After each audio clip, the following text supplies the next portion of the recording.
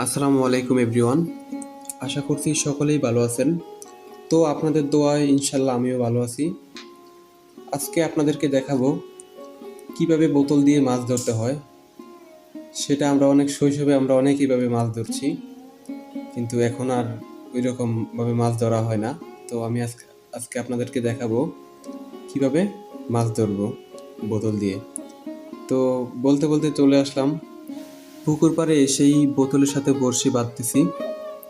তো বড়শিটা একটু ভালোভাবে বাঁধতে হবে, তা না হলে মাছ টানাটানি করলে ছুটে যাবে। তাই বড়শিটাকে ভালোভাবে বেঁধে নিলাম। বড়শির ভিতরে আদার গেঁথে পুকুরে ফেলতে হবে। তো অলরেডি আমরা আদার গেঁথে ফেললাম, এখন পুকুরে ফেলাবো। তো অবশেষে পুকুরে ফেলে দিলাম বড়শিটাকে।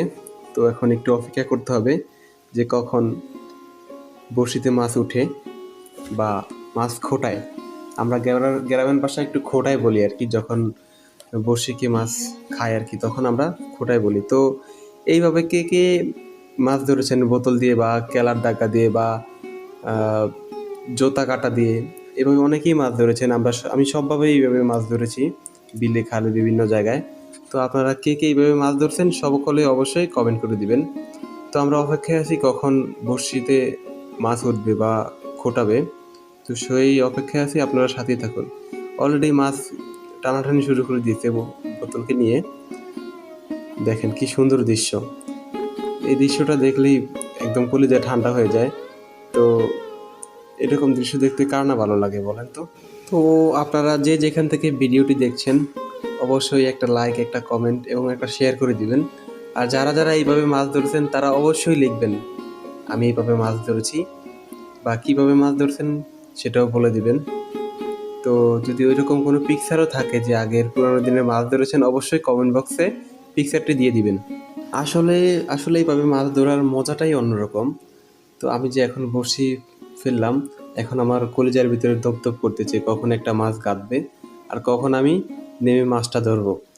তো দেখেন কি সুন্দর টানাটানি করতেছে, মানে এত ভালো লাগতেছে বড়শিটা যখন টানে, এত এত ভালো লাগতেছে। তো দেখি একটা মাছ আটকে কিনা। দেখেন খোটাই দিছে, আদারকে খোটাই দিছে। এই এই টানলো, কত জোরে টান দিল, মনে হয় গেতেও গেছে সম্ভবত।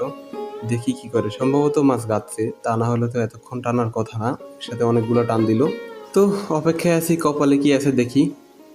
তো অবশেষে দেখতেছি যে বোতলটাকে টেনে টেনে মাঝখানের দিকে নিয়ে যাচ্ছে। তো যদি কপালে থাকে অবশ্যই মাছটি পাবো। দেখেন কত মাঝখানে নিয়ে গেল, অনেক মাঝখানে। আমি এতক্ষণ ক্যামেরা জুম করে দেখাচ্ছি। তো অবশেষে দেখি, নামবো পুকুরে, নেমে দেখবো মাছটি আটকালো কিনা বড়শিতে। তো অনেকেই মনে করতে পারেন হয়তোবা এটা ফেক ভিডিও। আসলে এটা ফেক ভিডিও না, এটা রিয়েলি একদম। দেখেন আমি এখনো শুকনাতে আছি, এসেই তো আপনাদের সামনে বড়শিটা ফেললাম। তো অনেকক্ষণ আমি তো বড়শিতে ক্যাঁচা দিয়েছি, এই জন্য হয়তোবা ক্যাঁচা নিতে পারে না। হয়তোবা রুটি দিলে রুটিটা নিয়ে যেত, হয়তোবা আবার গাঁথা লাগতো, এরকম কিছু কিনা আমি অনেকগুলো ক্যাঁচা একসাথে গেঁথে দিয়েছি, তাই চাইলেও ক্যাঁচাটা মাছে নিতে পারে না। তো দেখতেছেন অলরেডি আমি পুকুরের মধ্যে নেমেই পড়লাম।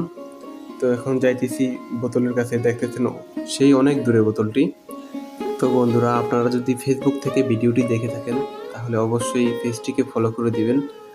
আর ইউটিউব থেকে দেখলে অবশ্যই চ্যানেলটিকে সাবস্ক্রাইব করে দিবেন এবং আমাদের সাথেই থাকবেন এইরকম ভিডিও পাওয়ার জন্য। তো অবশেষে বড়শিটির কাছে চলেই গেলাম। ইনশাল্লাহ একটা মাছ আটকা পড়েছে। তো আপনারা অপেক্ষা করুন মাছটিকে দেখার জন্য। এখনো কি মাছ আমি নিজেও বুঝতে পারতেছি না, কিন্তু টানাটানি করলাম সেটা বুঝতে পারছি। উপরে আসলে বুঝতে পারবো যে কি মাছ আটকা পড়লো। তো আপনারা সাথেই থাকুন এবং দেখুন কি মাছ ধরা পড়লো। আসলে আপনাদেরকে বলে বোঝাতে পারবো না যে আমি একটা বড়শি ফেললাম এবং একটাতে একটা মাছই আটকা পড়লো। তো আমার কাছে অনেক ভালো লাগতেছে। তো আপনারা ভিডিওটি উপভোগ করুন, আপনাদের কাছেও ভালো লাগবে। দেখেন একটা মাছ আটকা পড়েছে, মাছটির তেলাপিয়া মাছ। তো আমি ছোট ইউজার হিসাবে আমি আপনাদের কাছে সকলের কাছে সাপোর্ট চাই, আমি যেন আরও ভালো ভালো ব্লগ বানাতে পারি এইভাবে। তো তার জন্য আপনাদের সাপোর্ট দরকার। আমি কিছুদিন পরই আপনাদের জন্য আরেকটা ব্লগ নিয়ে আসবো, সেখানে অনেকগুলো মাছ ধরার চেষ্টা করব, অনেকগুলো বড়শি পাতবো। তো আপনার সাথে থাকবেন। আসসালামু আলাইকুম।